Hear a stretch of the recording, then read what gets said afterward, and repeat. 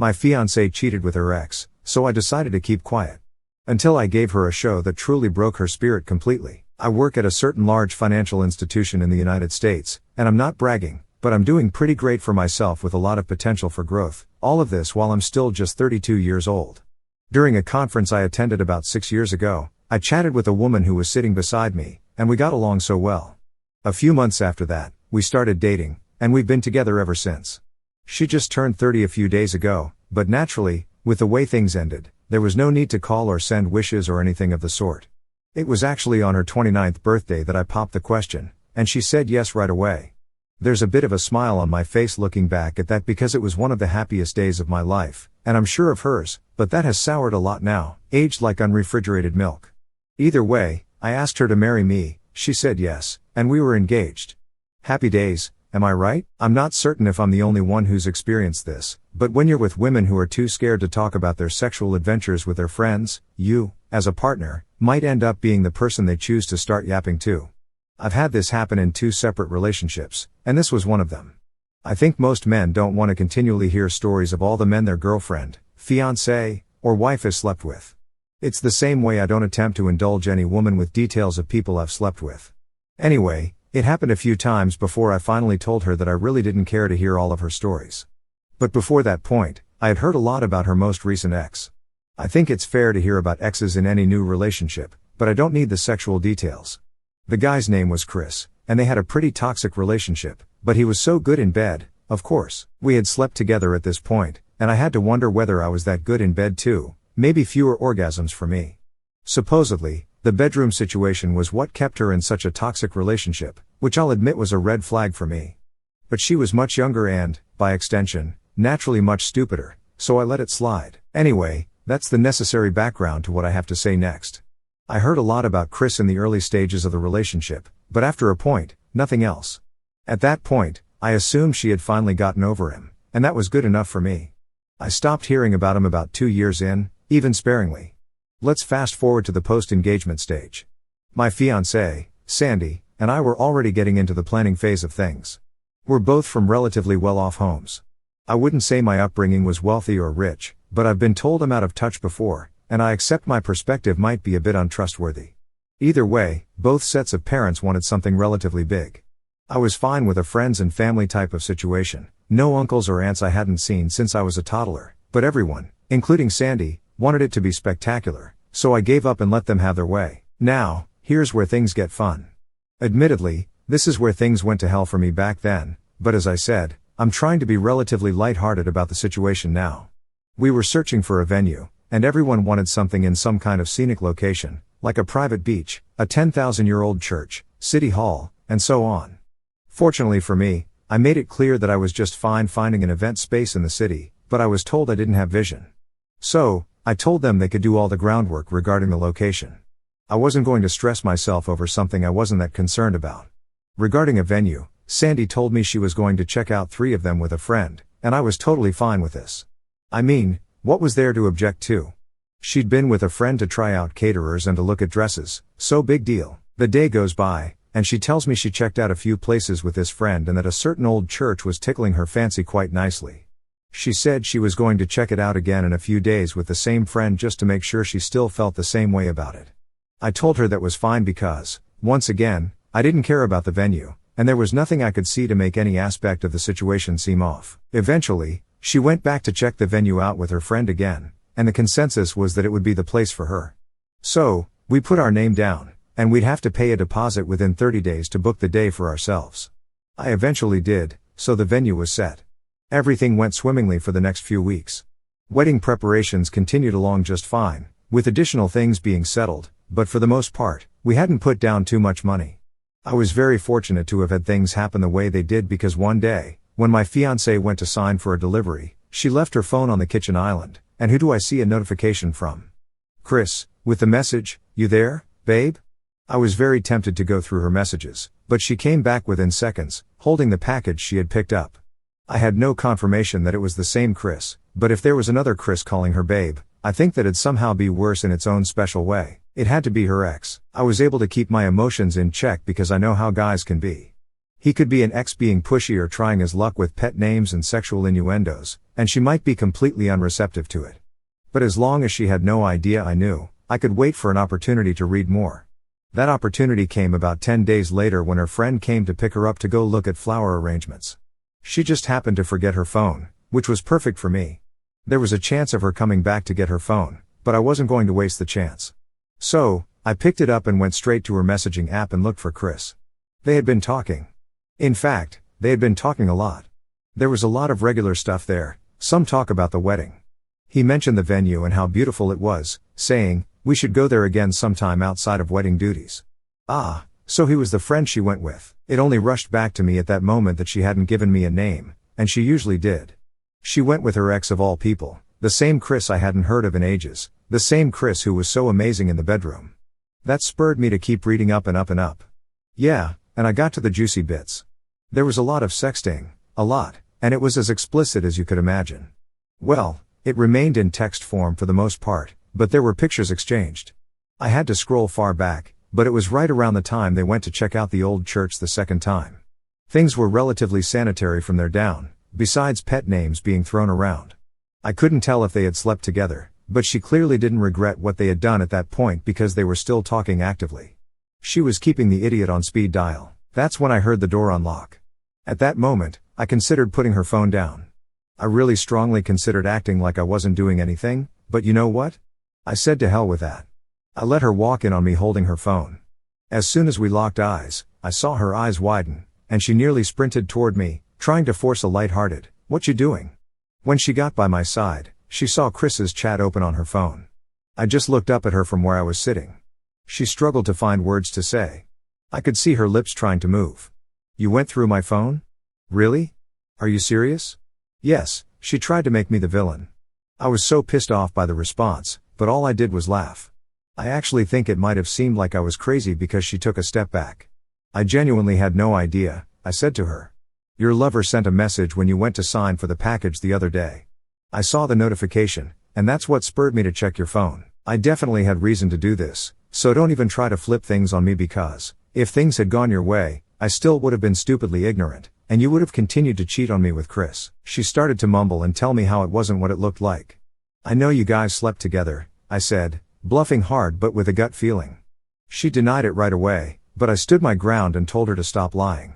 She denied it again, and I placed her phone on the table and pushed it toward her. "I can't marry a liar." That's when she erupted into tears, wailing and telling me that it was just once. I laughed again. "Just once? You sexted with him, you guys are still in contact." "It was a mistake, baby, I made a mistake." She kept trying to touch me, but I kept swatting her away. That line was incredibly funny to me because it was only a mistake because I caught her. She would have kept going along with me and her ex on the side. She would have gotten married to me and probably kept sleeping with him.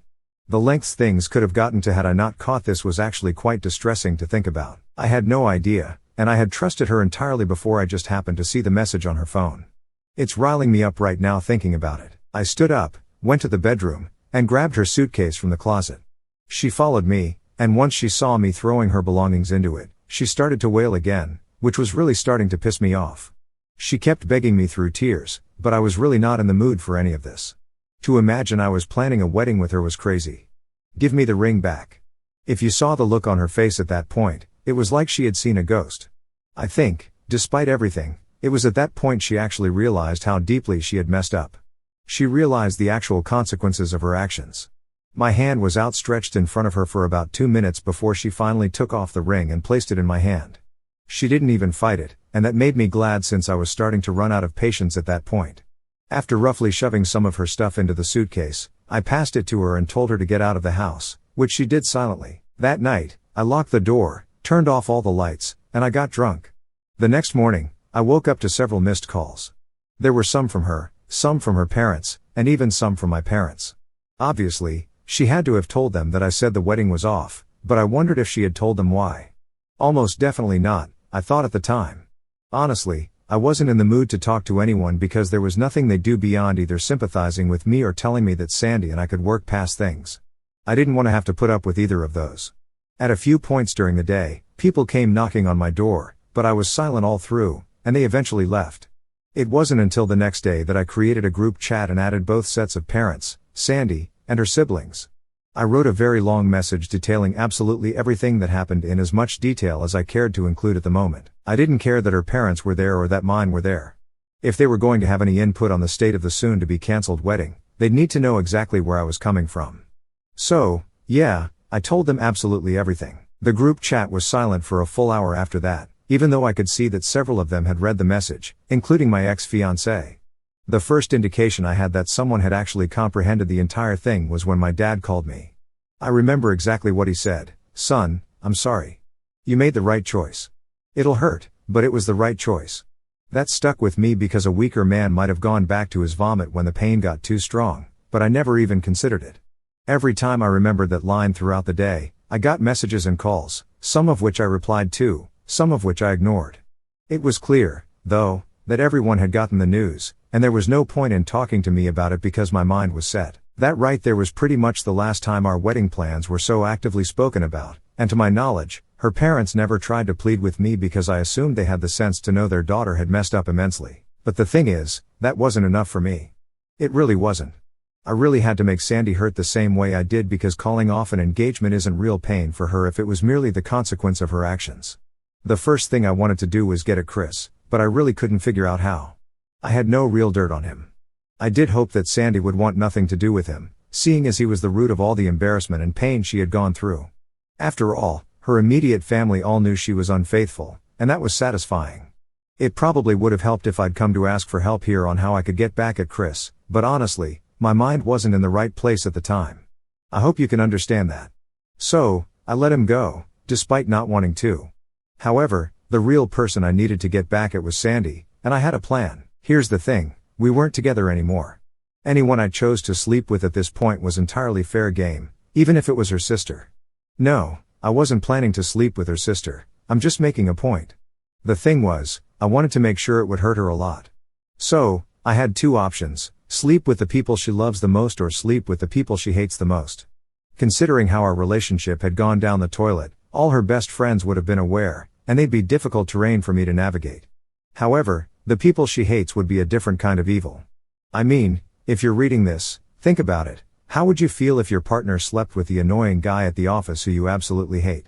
It would make you hate him even more, but it would also hurt a lot because you're sharing your partner with the last person on earth you would have chosen.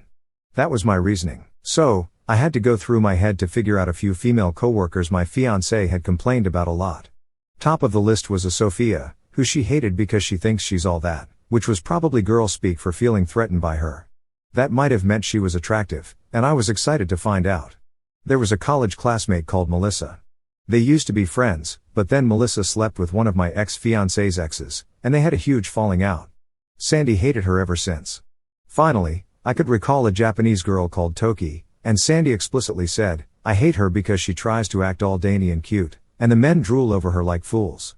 My list had a few other names, but let me jump ahead and tell you that I either couldn't do enough digging to find them online or I failed to seal the deal. Anyway, Sophia wasn't hard to find. They work at the same place, so LinkedIn helped me out immensely in that regard.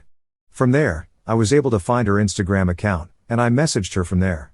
I use Instagram a lot, and I'm not trying to be conceited, but it's a pretty attractive page to those who like slightly lavish lifestyles.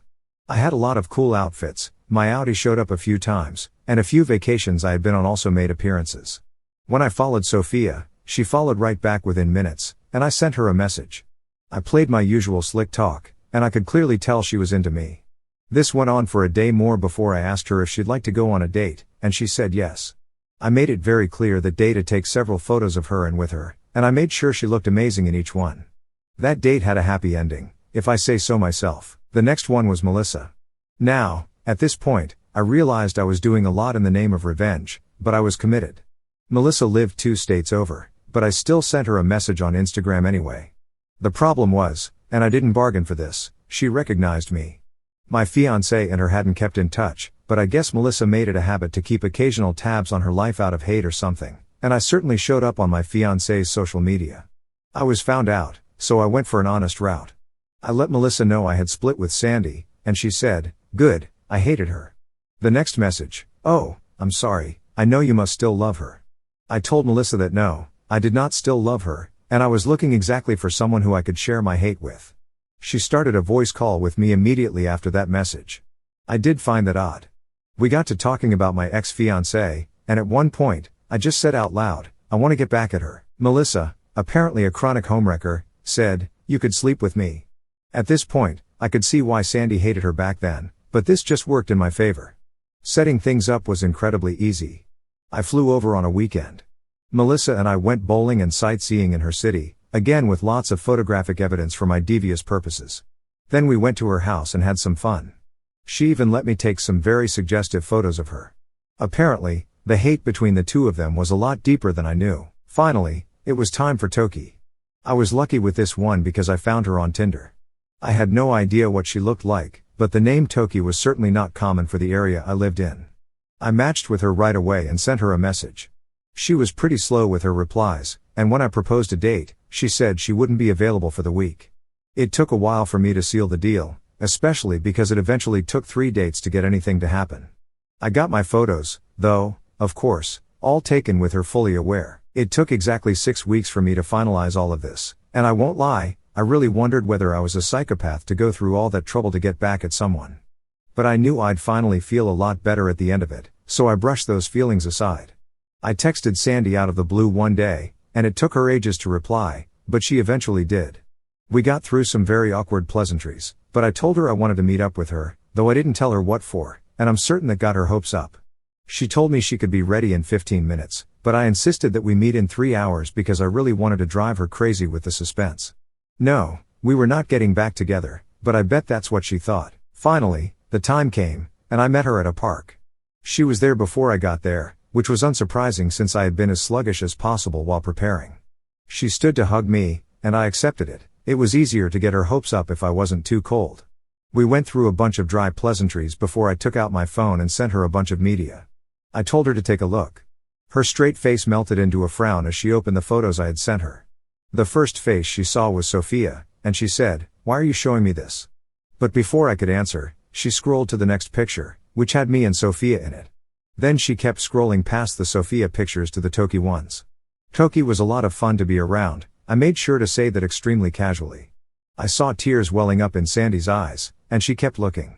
Then she saw Melissa, first a video of me and Melissa bowling, then the more explicit one. She literally watched that video loop 3 times before I said, "None of these women were as bad as you made them seem. In fact, they were all a lot better than you, especially where it mattered most." She flipped out. She stood up and started howling expletives at me. She kept pointing her finger at me aggressively, and I wondered if she was going to feel the urge to hit me at any point, but she just kept screaming and shouting about how I was a scumbag and a piece of crap and so on. Honestly, I kind of zoned out because I was reveling in the way she was shaking with rage. At one point, she said, "You made it seem like you're a saint, but you're worse than me." I stopped her there. I wasn't the one who reconnected with my ex, slept with him, kept having charged conversations with him, and did all that while I was engaged. I'm not engaged now, and that's because of everything you did. So, if you're mad, you can only be mad at yourself. I said all of that calmly and stood up. Really, you can only be mad at yourself, Sandy. This was simply what you deserved. She started to cry again, and this time, she looked truly broken, but that was it for me. Seeing that look was closure. I truly felt satisfied that I had done what I needed to do. Since then, I haven't heard from her, even when she turned 30, but to be honest, I prefer things that way. I don't know if this is practical advice for anyone, but I don't think any woman is beyond cheating because that's what I thought about my ex-fiancée, and I was proven wrong. If you can sign a prenup, please do, because I was lucky to get out of my situation before marriage. All I can really say as a parting note is that you should always stay vigilant. If you need to check their phone, do it, especially if you have reasonable suspicion. It's not worth it living with someone who's giving you trust issues. I managed to get out of my situation, and for the sake of all you younger and even older men out there, I hope you do too. First off, your reaction to stumbling upon your fiancé's affair is both unexpected and oddly amusing. Most people would have been devastated, but you laugh it off like it's just another day at the office. Your nonchalant attitude toward the whole situation is both hilarious and slightly unnerving. I can't tell if we should be best friends or if you're my worst nightmare. But then your revenge plot kicks into high gear, and boy, is it something else. I mean, hooking up with not 1, not 2, but 3 women your ex despises? That's some next level payback right there. You know what they say, keep friends close and enemies closer.